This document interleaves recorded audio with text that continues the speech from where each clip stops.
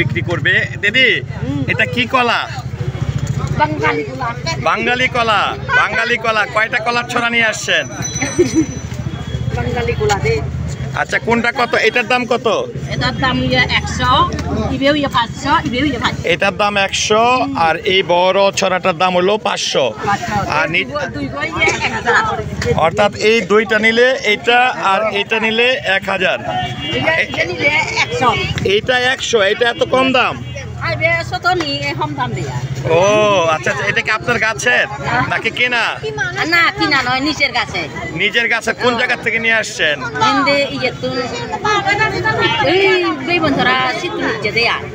ও আচ্ছা আচ্ছা, যাক অনেক কষ্ট হয়েছে না নিয়ে আসতে?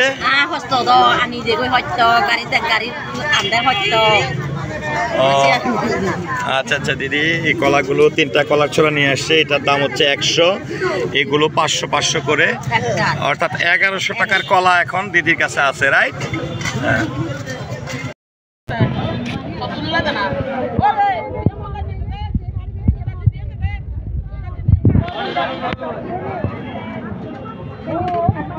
ভুট্টা দাদা, ভুট্টা কত করে নিচ্ছেন?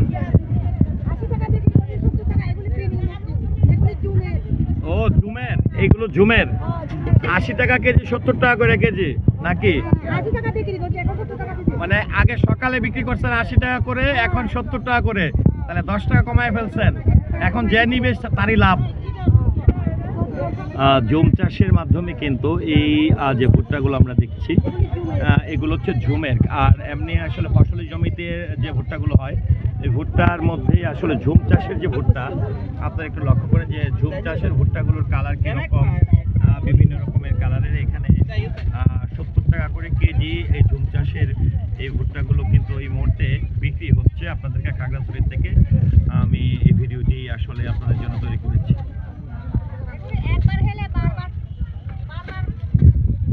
একবার খাইলে বারবার মিষ্টি বলবে, মিষ্টি পাওয়া যায়। ও বেনিশালের মতো।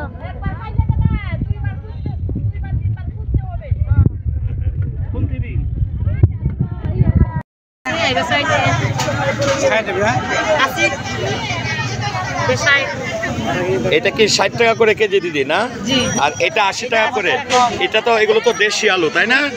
দেশি আলু। আর এখানে সিম আছে আপনার এখানে, খুব সুন্দর সিম। এই সিম গুলো যেগুলো আছে দিদি, এই সিম কত করে কেজি? সিম গুলো যে 1 কেজি নিলে যে বিজিত দে 50 টাকা, আর আধা কেজি নিলে বিজিত দে 60 টাকা, সরি 30 টাকা।